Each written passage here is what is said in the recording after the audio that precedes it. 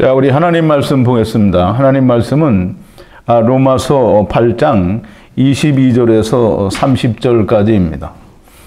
제가 봉독 드리겠습니다.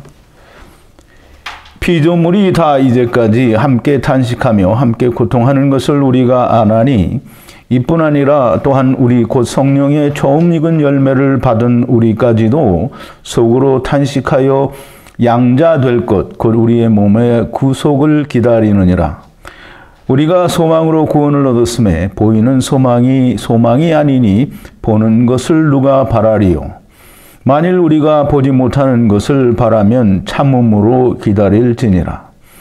이와 같이 성령도 우리 연약함을 도우시나니 우리가 마땅히 빌 바를 알지 못하나 오직 성령이 말할 수 없는 탄식으로 우리를 위하여 친히 간구하시느니라. 마음을 감찰하시는 이가 성령의 생각을 아시나니 이는 성령이 하나님의 뜻대로 성도를 위하여 간구하심이니라. 우리가 알거니와 하나님을 사랑하는 자 곧 그 뜻대로 부르심을 입은 자들에게는 모든 것이 협력하여 선을 이루느니라. 하나님이 미리 아신 자들로 또한 그 아들의 형상을 본받게 하기 위하여 미리 정하셨으니 이는 그로 많은 형제 중에서 맏아들이 되게 하려 하심이니라. 또 미리 정하신 그들을 또한 부르시고 부르신 그들을 또한 의롭다 하시고 의롭다 하신 그들을 또한 영화롭게 하셨느니라. 아멘. 우리 잠깐 기도하겠습니다. 거룩하시고 또 자비로우시며 긍휼과 인애가 풍성하시고 사랑이 지극히 많으신 우리 여호와 아버지 하나님 앞에 감사와 찬송과 영광을 돌립니다. 아버지 하나님, 우리가 전에는 정말 아무것도 알지 못하는 상태에서 하나님을 믿는다고 하여 세상에 하나님의 이름을 더럽게 부르는 자들과 마찬가지로 우리의 원하는 하나님을 우리가 믿고 또 찾았었습니다. 그러나 이 마지막 때에 하나님께서 저희들에게 큰 은혜와 사랑을 허락하심에 우리가 하나님께서 기록하신 히브리어라고 하는 그 말씀 속에서 또 헬라어라는 그 원어 성경 속에서 우리가 하나님의 참뜻을 발견하게 되었고 우리가 그 하나님을 인하여 날마다 감격과 기쁨과 경의와 놀람과 또 찬송과 경배를 쉬지 않습니다. 아버지 하나님, 진심으로 감사하고 또 찬송과 경배와 영광을 돌립니다. 아버지 하나님, 이제까지 우리가 알게 된 것도 우리는 감당할 수 없는 많은 것들이오나 이제 이 앞으로도 우리가 알아야 되고 또 배워야 될 것이 정말 감당되어지지 않는, 그렇지만 우리가 또 많은 기대를 하고 우리가 하나님의 말씀을 우리가 두려운 마음으로 접합니다. 하나님께서 이제까지 저희와 함께 해주신 것처럼 우리의 남은 생애 가운데 이제 남은 말씀들도 동일하게 역사하여 주셔서 우리가 주님이 말씀하신 대로 정말 하나님의 집에 곳간에서 우리가 옛 것과 새 것을 꺼내어 협력하여 선을 이루는 것을 우리가 나타내 보여주는 자가 집 주인과 같은 자들이 다 되어지게 하여 주시옵소서. 오늘도 하나님의 귀하신 말씀을 우리가 묵상하고 또 되새김할 때에 하나님께서 친히 함께 해주시기를 바라옵고 예수님의 이름으로 기도하옵나이다. 아멘. 자, 오늘은 이 로마서 8장 중반부에 들어서서 이제 아들의 형상을 본받게 하기 위하여라는 그런 주제를 가지고 우리가 함께 말씀을 묵상하겠습니다. 우리가 그동안에 이 하나님을 바로 알기 전에도 우리가 세상 교회에서 아들의 형상을 본받는다, 혹은 주님의 형상을 본받는다, 또 주님의 성품을 우리가 닮아야 된다라는 그런 말들을 수없이 듣고 배웠었습니다. 그런데 정작 중요한 것은 아들의 형상이 뭔지 모르고요. 또 주님의 성품이 무엇인지 모르고요. 또 우리가 어떻게 주님을 닮아야 되는지 사실은 알지 못하는데 막연하게 이 목사들이 말하는 대로 우리는 주님을 닮아가고 있었고 아들의 성품을 닮아가고 있었으며 또 우리가 주님의 흉내를 내고 있었습니다. 물론 어린 반푼어지도 없는 일들을 했던 거죠. 전혀 상관이 없는 일을 하면서 우리가 아들의 형상 또 주님의 성품 또는 주님을 본받는다라는 그런 행위들을 하고 있었습니다. 정말 우리는 하나님의 형상 또는 예수님의 형상, 아들의 형상이 무엇인지 지금도 모르는데 오늘 사도 바울은 하나님께서 우리로 하여금 아들의 형상을 본받게 하기 위하여 이 아들을 우리의 맏아들 첫 열매가 되게 하셨다라고 말씀을 하십니다. 우리는 이제까지 정말 엄청난 잘못된 아들의 성품을 담는 일들을 해왔었는데 이제 오늘 이 말씀을 통해서 우리가 정말 아들의 성품을 담는 자가 되기를 정말 바랍니다. 이제 오늘 말씀을 이어가기 전에 우리가 이 말씀의 그 매끄러운 그 연결을 위해서 지난 시간에 있었던 얘기를 우리가 잠시 리뷰를 하지 않을 수가 없습니다. 우리 지난 시간에 성령의 생명의 법으로, 즉 생명의 성령의 법으로 우리가 죄와 사망의 법에서 해방이 되었다. 이 생명의 성령의 법에서 법으로 죄와 사망의 법에서 해방이 되었다라는 말은 죄의 종에서 의의 종이 되었다라는 말입니다. 죄의 종에서 해방이 되고 그리고 나는 자유하다라고 끝나는 것이 아니라 반드시 하나님을 향한 의의 종이 되었다라고 하는 겁니다. 이 말을 우리가 허투루 들으면 절대로 되지 않습니다.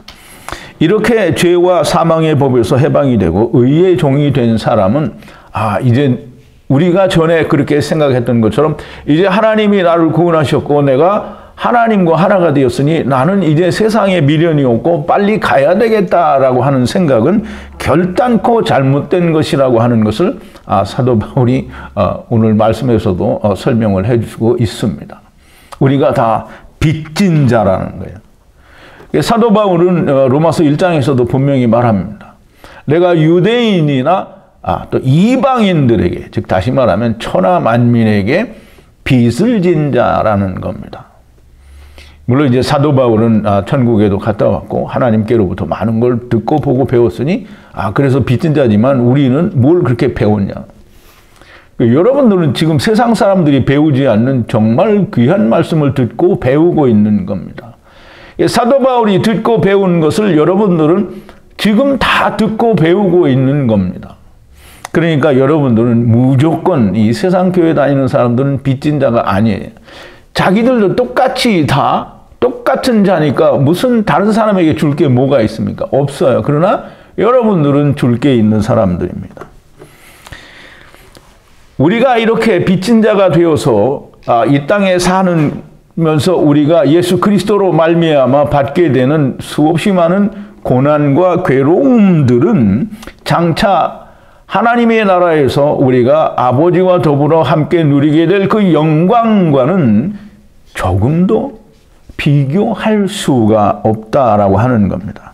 그 비교할 수 없는 정도가 어떤 것이냐 하면 우리의 인생 70이며 또 강건하면 80이고 오늘날에는 조금 더 살면 100세 시대를 사는 이 100세의 인생이라고 하더라도 하나님 나라에, 즉 하나님께는 숨을 한 번 쉬는 것 같이 잠깐 지나가는 것이요. 우리 인생은 아침 이슬과 같다라고 하는 그런 표현으로 우리 인생은 허무 또는 허망, 정말 해벨이라는 그런 말씀으로 인생은 허무한 거다라고 말씀을 하시고 그러나 아버지와 함께 누리는 영광은 영원하다라는 거예요.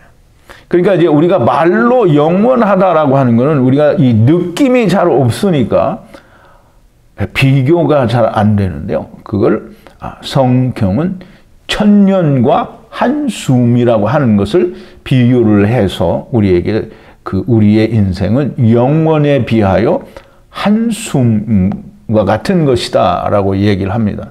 숨을 정말 어떤 한탄이 있어서 한숨을 쉬는 이런 게 아니고요. 그냥 한 번 숨 쉬는 것 같은 잠깐이라는 거예요.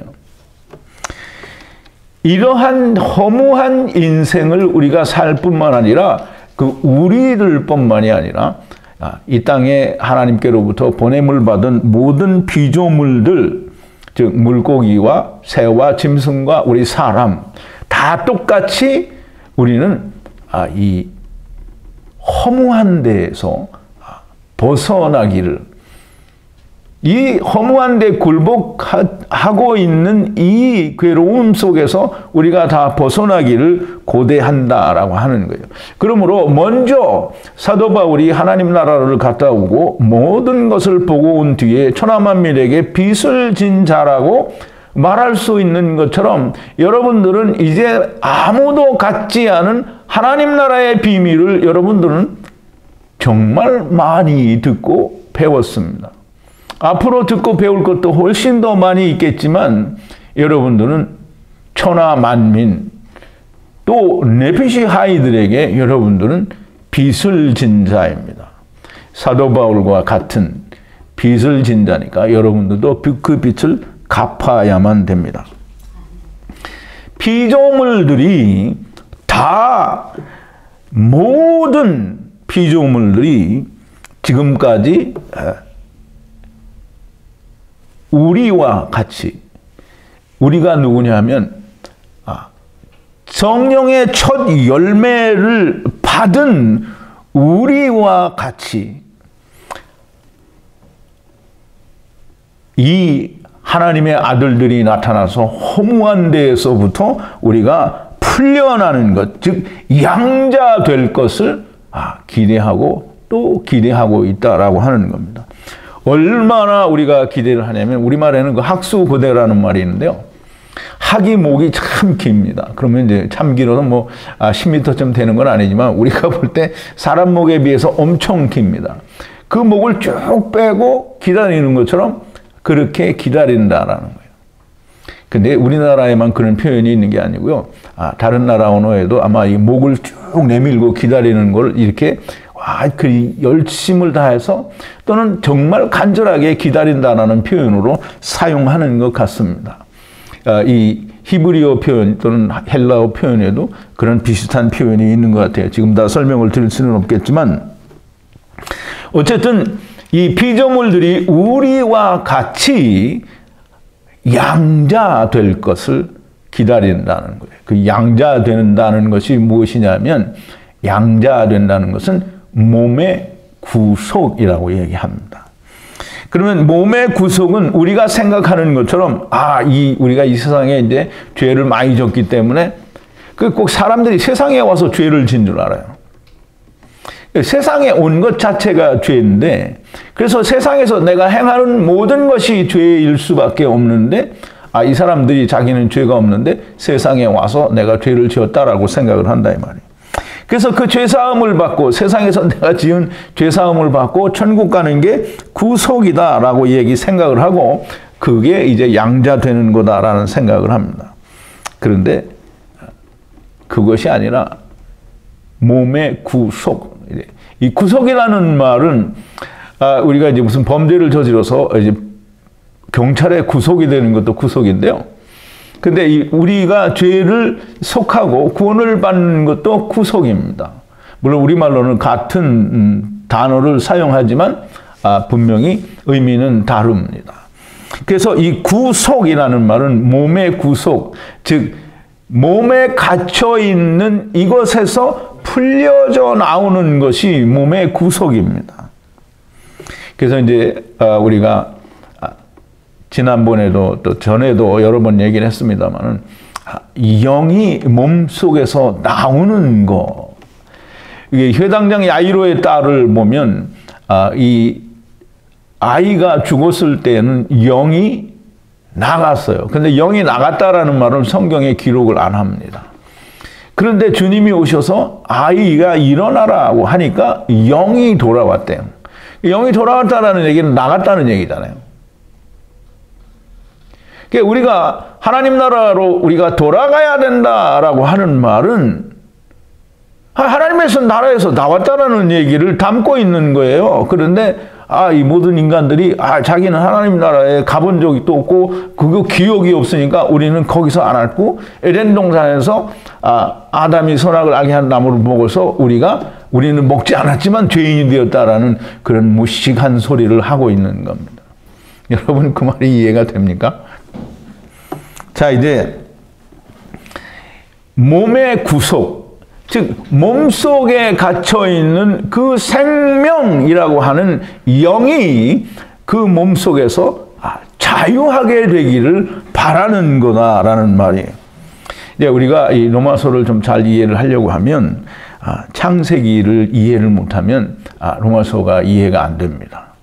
그러니까 수없이 많은 신학자들이 로마서를 풀어내면서 성경의 핵심이다라고 이야기하는데 해석을 못하는 부분이 너무 많은 거예요. 왜 그럴까요? 창세기를 모르기 때문에 그렇답니다. 그 말은 첫사람 아담 안에서 오고 우리가 아담 안에서 간다라는 말이 무슨 말인지를 모르고 성경에서 그걸 찾지 못하기 때문에 창세기를 수천 년을 들여다보면 뭘 합니까? 전부 번역된 성경을 보고 히브리어는 배워서 전부 번역된 성경에다 갖다 맞추니까 하나님이 말씀하신 말씀을 찾을래야 찾을 수가 없는 겁니다. 그래서 이 로마서를 이해하려고 하면 우리가 이 창세기, 천지창조를 통해서 꼭 알아야 되는 말이 피조물 또는 첫 열매, 초태생을 말합니다. 첫 열매 또는 구속입니다. 이 구속은 속전이라는 말로 표현할 수도 있는데요. 이걸 우리가 꼭 알지 않으면 이 로마서, 지금 사도 바울이 이야기하는 이 로마서가 절대 잘 이해가 되지 않습니다. 우선 피조물이라는 말은 말 그대로 크티시스라고 하는데요. 하나님이 창조하신 모든 천하 만민을 말합니다. 이 천하 만민에는 네피시하이가 다 포함이 되는 거예요. 인간만 들어가는 게 아니고요. 그 창세기를 이해를 못한 사람이 인간만 천하 만민이다 이렇게 말을 하는 거예요. 그러니까 창세기 이해 안 된 사람은 사도 바울이 말하는 창세기 8장이 전혀 이해가 안 되는 거예요. 피조물이 무슨 학수 고대를 하고 기다리냐. 말도 안 된다라는 말을 하는 거예요. 그러니까 거기서부터 난해가 되고요. 해석을 할 수 없는 그런 문제에 발생을 하게 됩니다.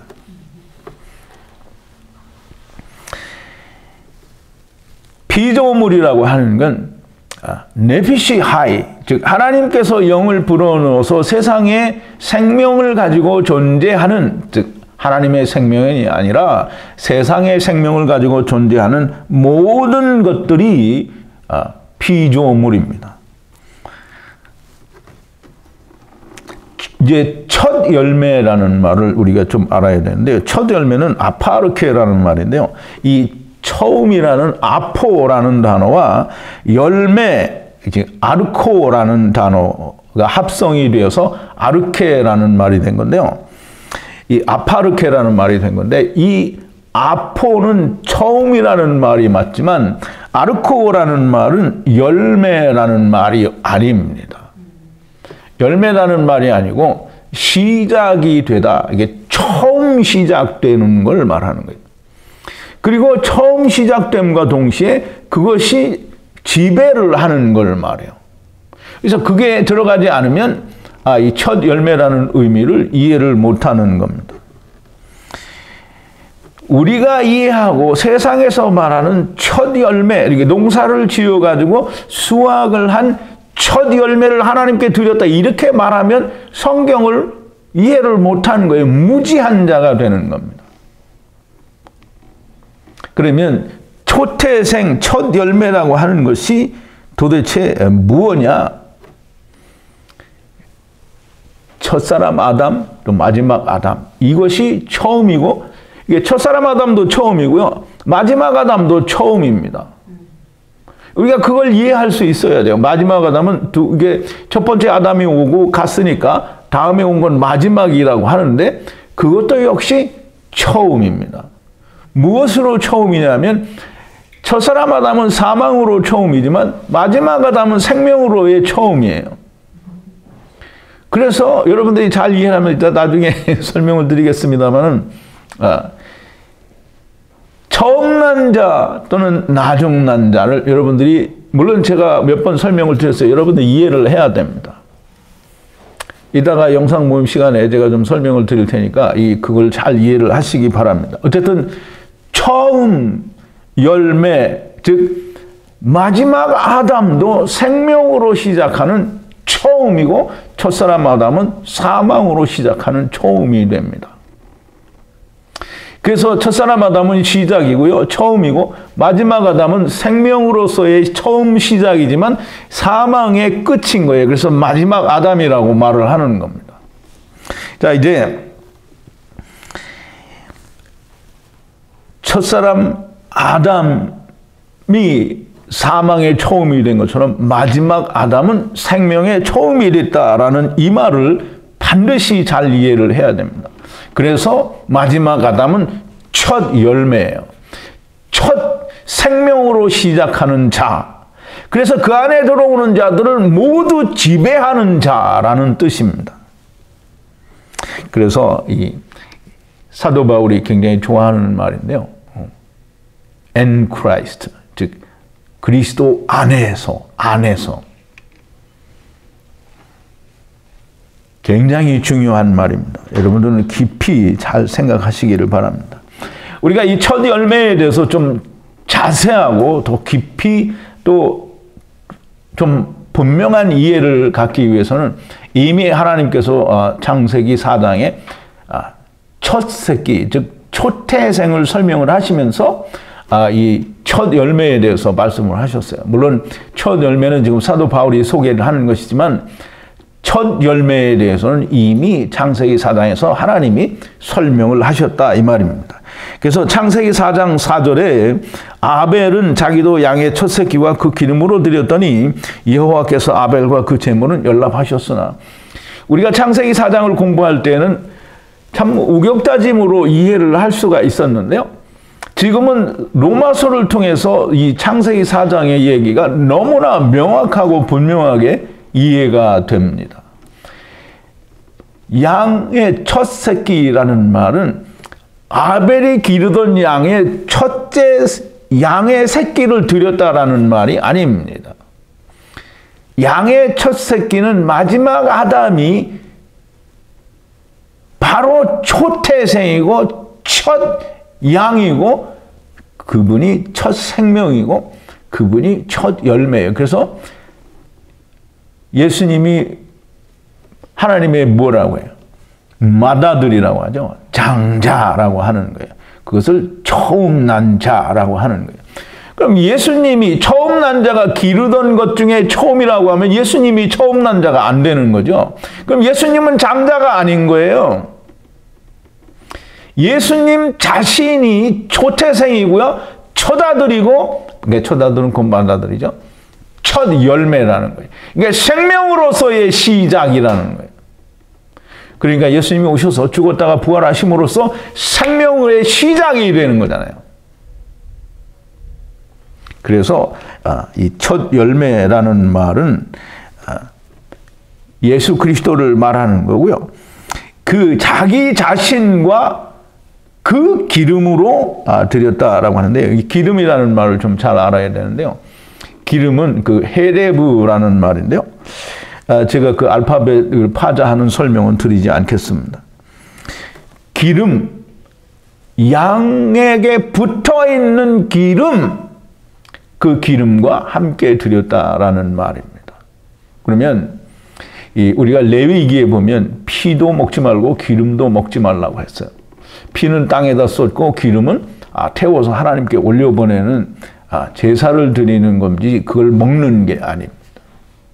그러면 그 기름과 피는 하나님의 거다라는 말이에요. 그럼 기름덩어리가 왜 하나님 거냐?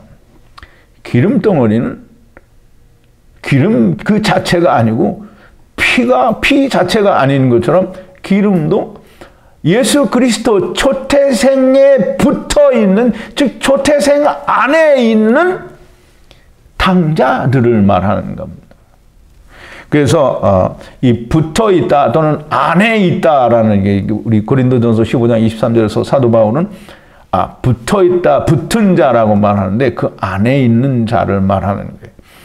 즉 초태생 장자, 즉 맏아들 첫 열매와 함께 붙어 있는 그걸 말하는 겁니다. 그래서 고린도전서 15장 23절에 보면 이 주님이 오실 때에 이제 부활하는, 즉 만나는, 영접하는 것에 대해서 얘기를 하는데요.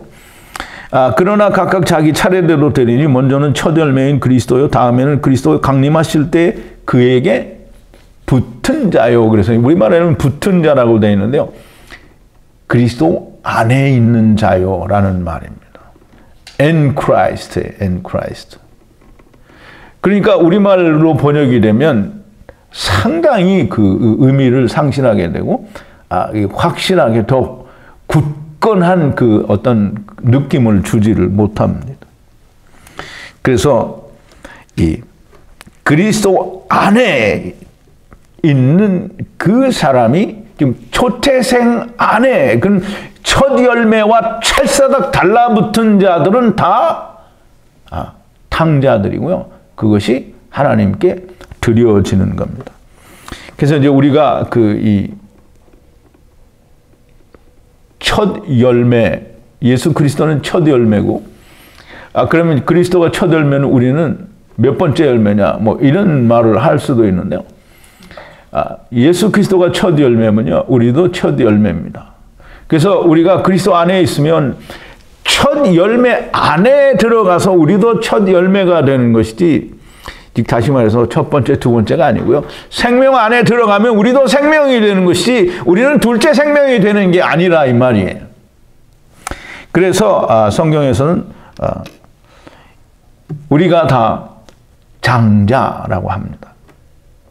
그래서 장자들의 총회라는 말도 나오는데요. 하나님이 이 모세에게 가서 바로에게 말을 하라고 하는데 그렇게 이야기를 합니다. 이스라엘은 내 장자다 그랬어요. 그럼 이스라엘은 어떤 특정 한 인물이 아니에요. 로마서를 우리가 더 공부하다 보면 알겠는데, 이스라엘은 물론 제가 이스라엘은 천하만민이라는 해석을 내려서 여러분들이 공부를 한 적이 있습니다. 이스라엘은 어떤 한 사람이나 어떤 조그만 단위를 말하는 게 아니라 이스라엘 전체를 말하는 거고요. 이스라엘은 곧 하나님의 장자입니다. 그래서 히브리서에는 보면 하나님의 아들들의 모임을 장자들의 총회라고 그렇게 이제 우리말로는 번역이 되어 있습니다. 그리고 야고보서에도 보면 우리가 첫 열매 안에 들어가기 위하여라고 얘기를 합니다. 야고보서 1장 18절에 보면 그렇게 되어 있고요.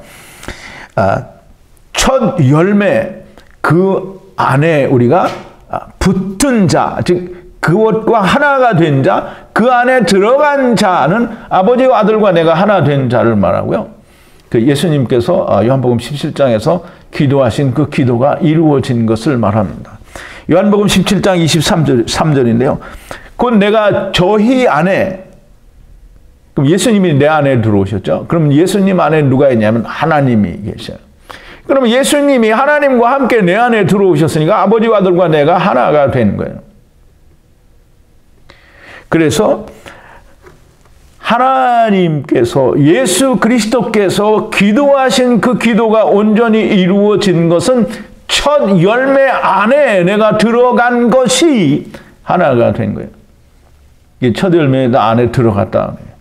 그냥 말로만 내가 들어간 것이 아니라 첫 열매 안에 들어갔다라는 건 지금 우리가 로마서를 1장부터 지금 8장 전반부까지 다 마친 상태에서 지금 첫 열매 안에 들어갔다라는 말을 하는 거잖아요. 그러니까 앞에 얘기를 하나도 이해를 못한 상태에서 나 첫 열매 안에 들어갔어 이렇게 말하면 그냥 그 사람은 내쫓아야 됩니다. 첫 열매 안에 들어갔다라는 말이 무슨 말인지를 충분하게 이해를 하고 그것이 마음에 믿어져서 내가 아버지와 아들과 내가 하나 되었다라고 하는 그것이 이루어진 사람이 첫 열매 안에 들어간 겁니다. 이제 몸의 구속에 대해서 얘기를 하는데요. 몸의 구속. 이제 구속이라는 말은 아폴리트로시스라는 말인데 풀려난다라는 말이고요. 아포라는 말은 아까도 얘기했지만 그 처음이라는 뜻이에요. 그리고 리트로시스는 그 리트론이라는 말이 그렇게 유래가 돼서 리트로시스가 된 건데요. 리트론은 풀어주다라는 뜻이고 속전이라는 그런 의미가 있습니다. 그래서 처음 아폴리트로시스는 처음 풀려난, 처음 속전을 내고 풀려난 자라는 뜻이에요. 그래서 첫 열매, 구속, 첫 구속자라는 거죠. 그게 처음 속전을 내고 풀려난 사람, 아폴리트로시스라고 합니다. 근데 여기서 꼭 우리가 알아야 되는 건 구속을 얘기할 때 우리가 속전을 알아야 된다고 말씀을 드렸는데요. 속전이라는 것을 우리가 생각할 때 사람들은 되게 그러죠. 내가 나 대신 예수님이 모든 걸 지불하시고 죽으셨으니까 나는 안 내도 돼라는 그런 생각이 지배적이고요. 세상 교회는 그렇게 가르쳤습니다. 그래서 우리도 전에는 다 그런 줄로 알고 있었습니다.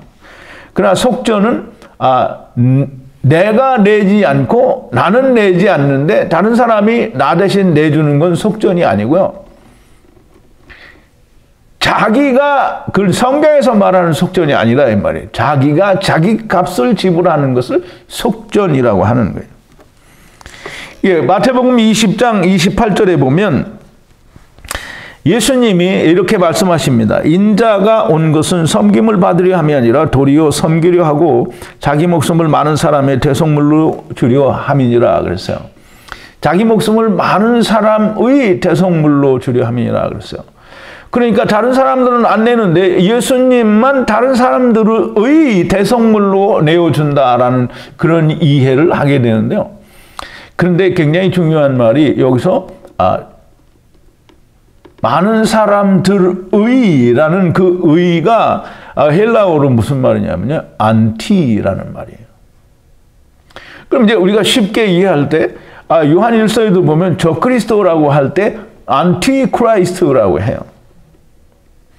근데 그러면 이 말은 맞지 않지 않느냐. 그러면 이제 이 안티라는 의미를 잘 모르는 사람들이 번역을 하니까 어떻게 하냐면 이거는 많은 사람들을 대적하여 대속물로 주었다라는 말이 되는 거잖아요.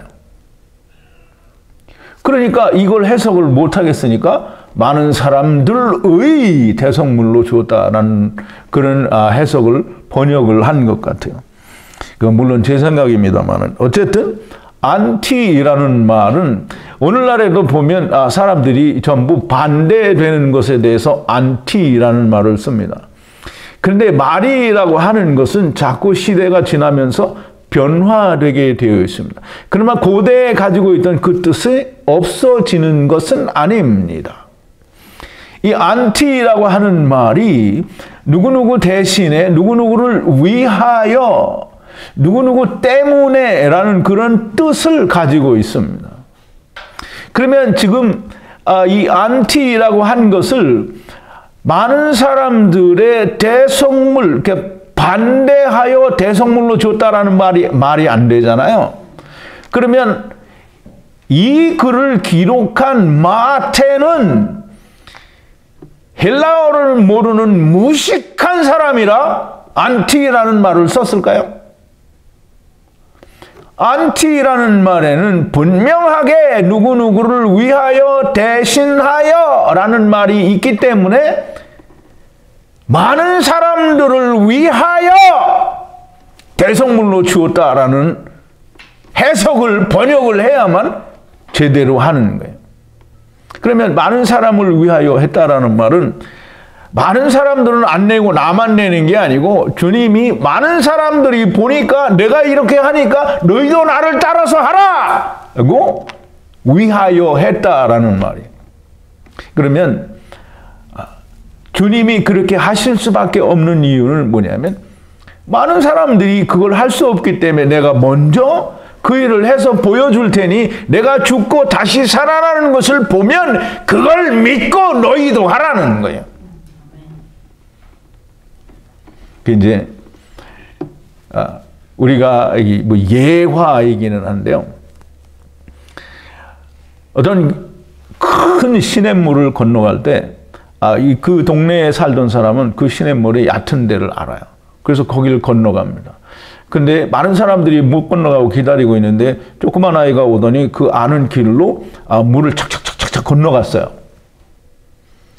근데 그 뒤에 따라가는 사람들이 아이가 어떻게 운이 좋아서 건너간 줄로 알고 거기를 못 따라가는 거예요. 왜? 밑이 안 보이니까, 무서워서. 그러면 이제 그 건너간 아이는 뭐라고? 아니, 지금 내가 온 대로 똑같이 오시면 돼요. 그냥 빨리 오세요, 오세요. 이렇게 하는데 인간들이 못 가요. 왜? 안 보이니까. 믿을 수가 없는 거죠. 지금 그게 예수님이 하신 게 똑같은 거예요. 예수님이 우리 앞에서 내가 이렇게 죽고 다시 살아나는 걸 너희가 볼 테니 너희가 그걸 믿으면 너희도 죽으라는 거예요. 그런데 절대로 죽지 않는 게 우리 인간이라는 거죠. 그래서 이 많은 사람의 대속물로 주었다라는 말은 나는 안 죽고 예수님만 죽는 게 대속이 아니고요. 속전이 아닙니다. 속전은 예수님은 예수님 걸 내고 나는 내 걸 내는 것이 속전입니다. 자, 이제 속전에 대해서 조금 이따 더 설명을 드리기도 하고요. 우리가 소망으로 구원을 얻었으니라고 합니다. 이 소망은 엘피스라는 말인데요. 구원은 헬라어로 소조라고 하고요. 히브리어는 야샤입니다. 야샤. 그러면 우리가 야샤라는 말을 여러분들이 들어본 적이 있죠? 예수 그리스도의 이름에 그 야샤가 나옵니다. 여호와 야샤. 그러면 여호와께서 구원하시는, 예수 그리스도께서 구원하시는 구원은 야샤예요. 야샤. 그 구원을 예수 그리스도로 말미암는 여호와의 구원 야샤가 소망에 의해서 이루어졌다라는 거예요. 이제 우리가 소망을 잘 이해를 못하니까 이 소망은 사람들이 생각하는 그런 소망이 아닙니다. 우리가 가진 소망은 얼마나 많습니까? 우리가 가진 소망은 그 인간적인 육신적인 세상의 소망은 말할 수 없이 많아요. 근데 그 소망이 우리를 여호와의 구원에 이르게 합니까? 그런데 이 세상의 모든 예수 믿는 사람들은 전부 다 그걸 기도하고 그걸 바라는 거예요. 그리고 그게 소망인 줄 알아요. 성경이 말하는 소망은 사람들이 말하는 소망이 아닙니다. 사람들의 소망은 다 땅의 거죠. 그러나 하나님의 소망은 땅의 거이 아닙니다. 그래서 사도 바울이 이야기합니다.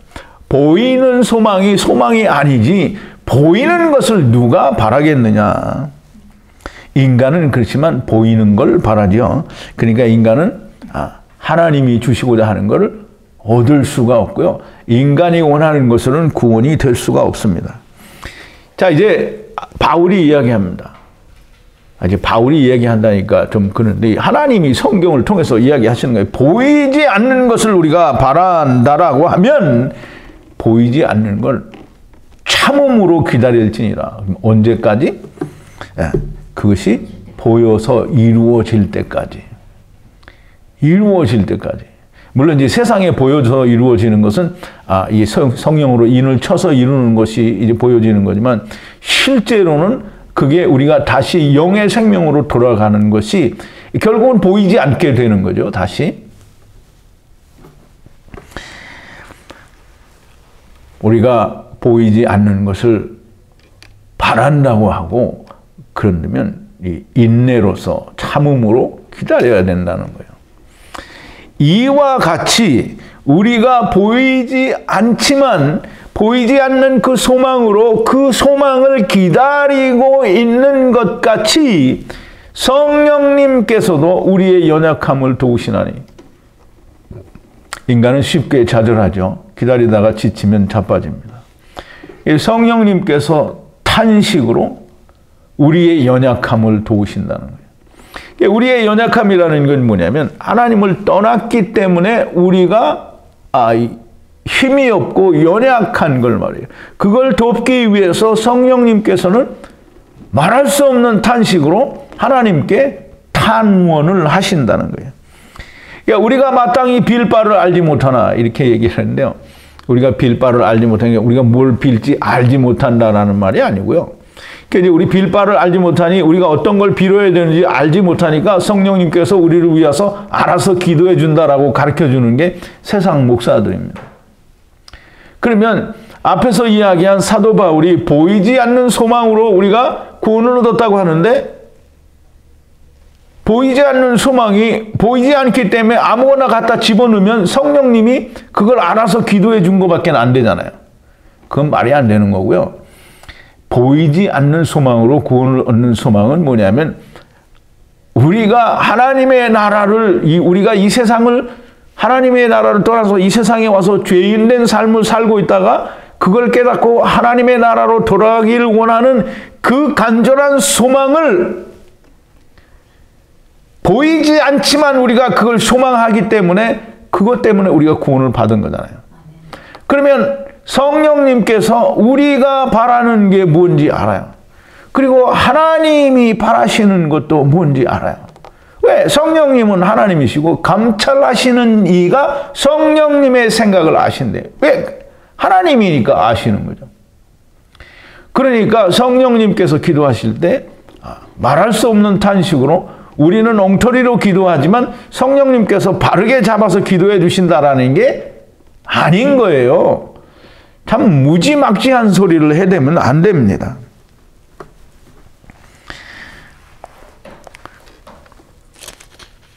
자, 이제 우리가 이 믿음이라는 것, 보이지 않는 것에 대해서 이 히브리서 기자가 잠시 소개를 하는데요. 믿음은 바라는 것들의 실상이요. 이 바라는 것은 믿음이라는 걸 이제 피스티스인데요. 피스티스. 또 이 바라는 것은 엘피조인데요. 믿음으로 바라는 것은 사실상 보이지 않는 그 실상이라는 거예요. 그게 실상이라는 거예요.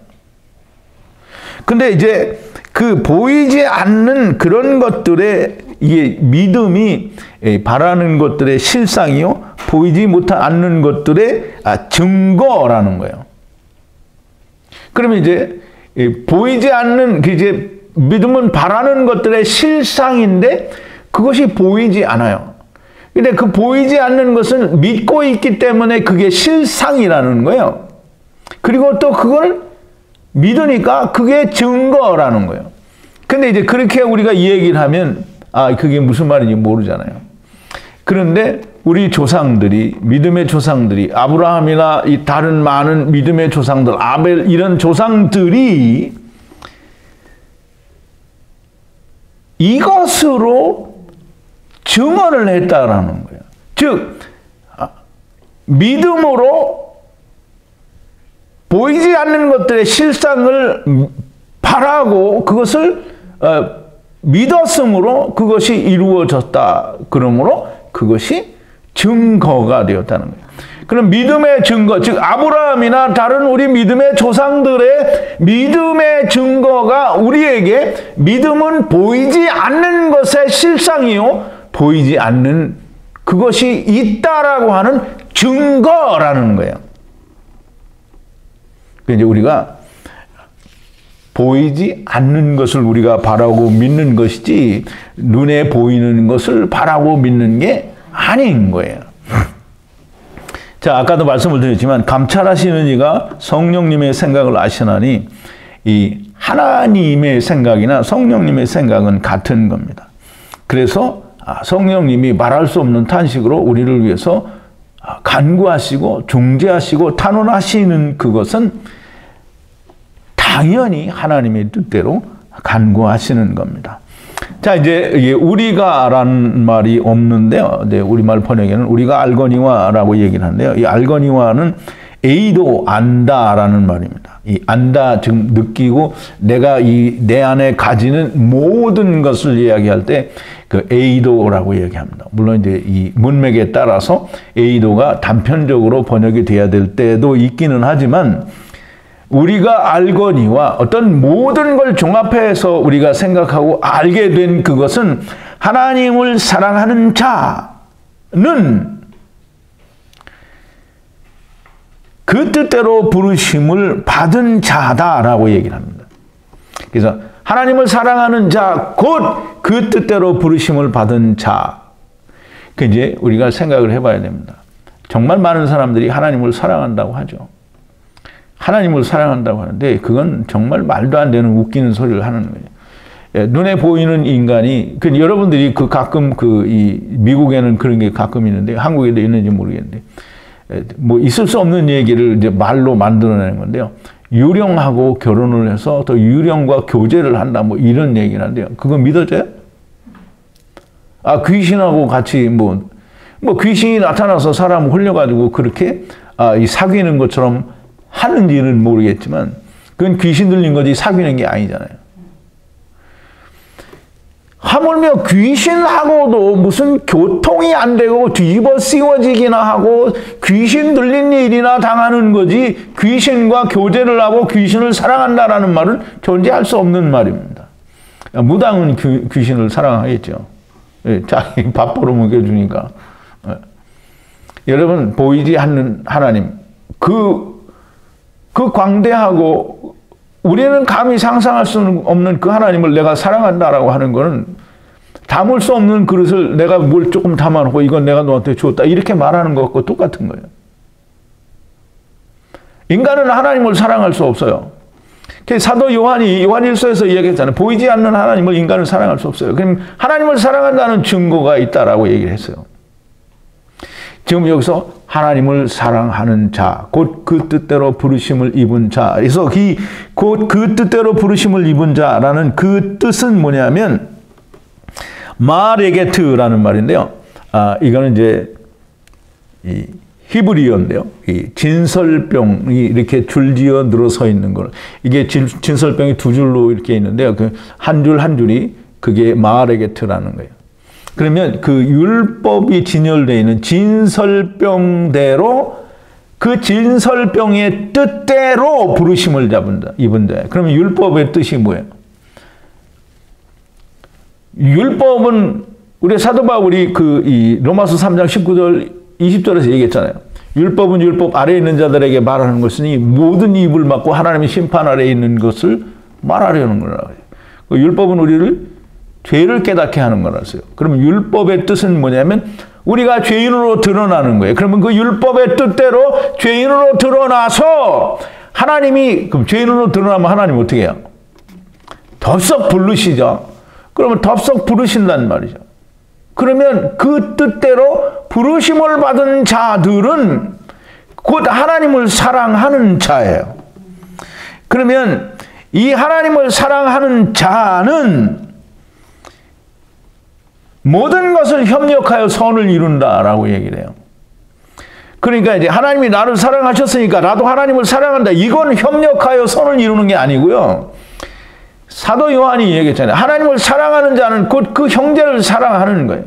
내가 하나님을 상대해서 하나님이 나를 사랑했기 때문에 내가 하나님을 사랑한다라는 말은 할 수가 없는 거니까 하나님을 사랑하는 자는 곧 형제를 사랑하는 게 하나님을 사랑하는 거예요.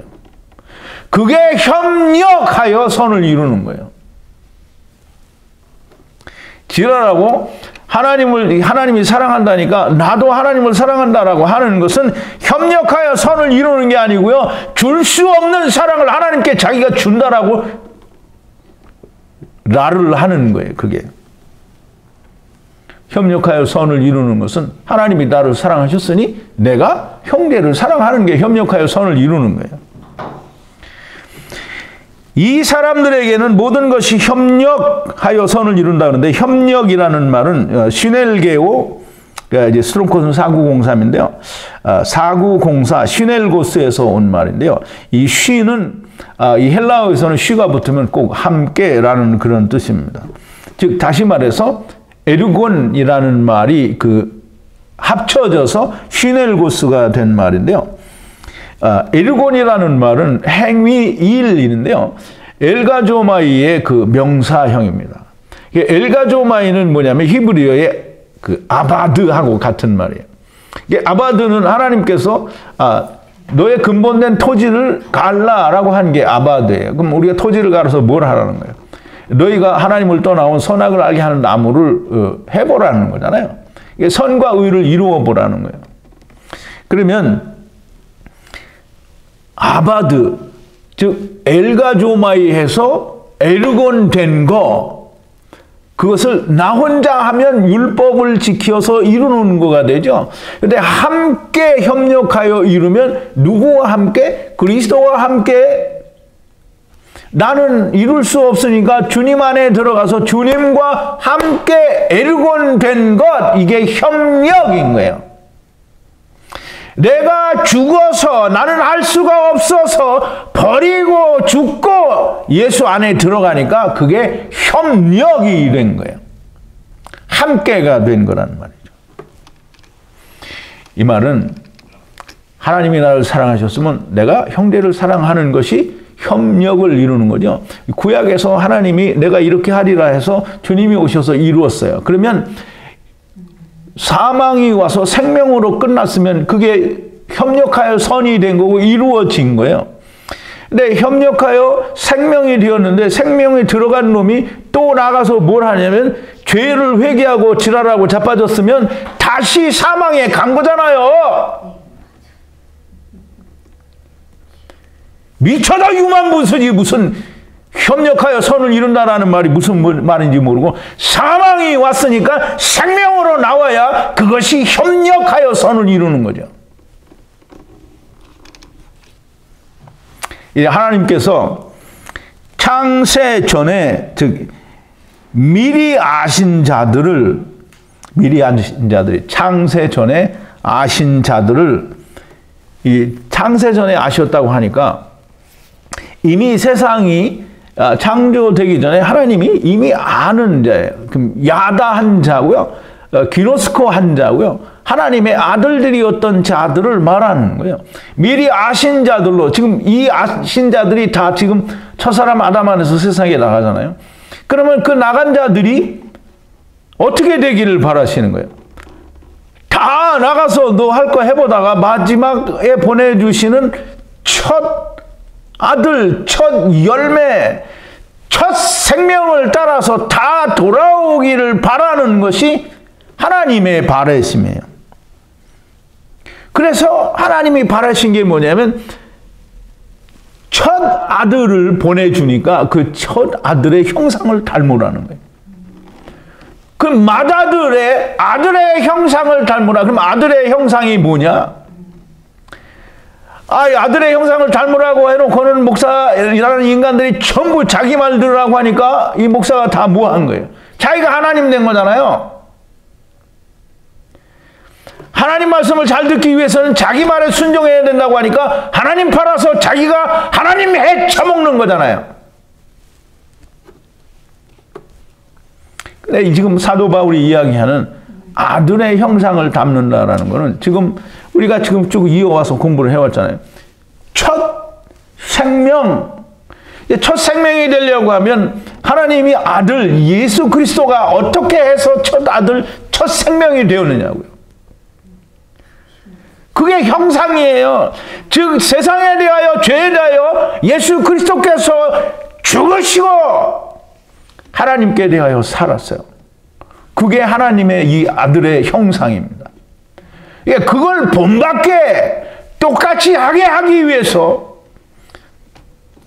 미리 정하신 자들로 그것들을 똑같이 아들의 형상대로 똑같이 하게 하기 위해서 아들을 보내신 거예요. 즉 다른 모든 아들들이 이제 아직은 아들이 아니겠죠. 맏아들 예수 그리스도 첫 열매 초태생. 초태생이라는 말은 처음 생명이 됐다라는 말이에요. 처음 생명이 된 그 맏아들을 본받게 하기 위해서, 따라서 하게 하기 위해서라는 말이에요. 즉 많은 형제들 가운데에서 그 맏아들 첫 열매를 따라서 하게 하기 위해서 첫 열매가 되게 하셨다라는 거예요. 이제 그 말은 뭐냐면 아들의 형상을 본받게 하기 위해서. 그러니까 아들이 죽은 것처럼 너희도 다 죽으라는 거예요. 속전이라는 말을 우리가 이제 다시 좀 더 이해를 해야 되는데요. 속전은 우리가 이제 막벨라 굴을 공부할 때 얘기했죠. 막벨라 굴에 들어갈 때는 뭐를 내야 돼요? 모두가 다 막벨라 굴에 들어가는 사람은 400세겔을 내야 돼요. 그러면 예수님도 육신으로 오셨어요. 육신으로 오셔서 죽으실 때 400세겔을 냈어요. 그 육신의 값을 냈어요. 그게 400세겔이 뭐냐면 육신을 말하는 거예요. 400세겔을 주님 거를 냈어요. 그러면 우리도 우리 걸 내야 되는 거예요. 그러니까 본 받으려면 나도 내가 내야 본을 받는 것이지, 주님만 내고 나는 안 내면 무슨 본을 받는 거냐고요, 그게.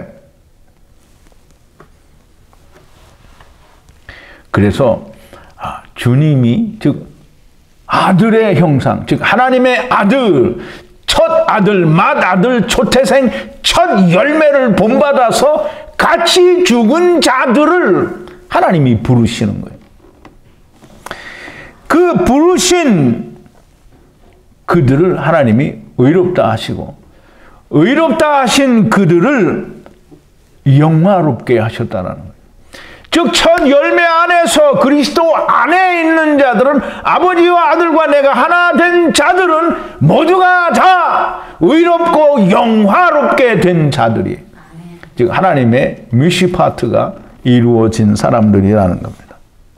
자, 이제 이 말씀을 좀 정리를 합니다. 오늘 제목이 아들의 형상을 본받게 하기 위하여인데요. 이 세상에서 우리가 배웠던 그 목사들이 가르쳐준 우리가 아들의 형상을 본받거나 또는 주님의 성품을 본받거나 또는 우리가 주님을 본받아서 순종해야 된다, 이런 말들은 다 이제는 쓰레기통에 버리기를 바랍니다. 우리가 아들의 형상을 본받는 것은 예수님께서 자기 몸을 세상에 대하여 죽이심으로 말미암아 하나님께 생명을 얻은 것처럼 너희도 너희의 값을 내서, 즉 너희의 몸을 죽여서 하나님을 향한 새 생명을 얻으라는 게, 그게 아들의 형상을 본받게 하기 위해서입니다. 속전이라는 말은 주님만 내고 나는 죽지 않고 믿기만 하면 되는 게 결단코 아닙니다. 주님의 얘기는 뭐냐면, 야, 내가 이렇게 죽었는데 너 봤지? 그럼 너도 죽어. 그럼 너도 내가 사는 것처럼 너도 살아. 이게 지금 주님의 말씀이고요. 물을 건너간 어린아이가, 물론 어린아이인지 뭐지 예화니까 말하는 거예요. 그 아이가 괜찮으니까 건너오세요 그러는데 못 건너가는 게 인간인 것처럼, 주님이 네가 죽은 것처럼 너희도 믿으면 너희도 죽으라 그러는데 안 죽는 게 인간인 거예요. 그러니까 안 죽고 싶으니까 주님이 다 가졌으니까 나는 믿기만 하면 된다라고 수작을 부리는 겁니다.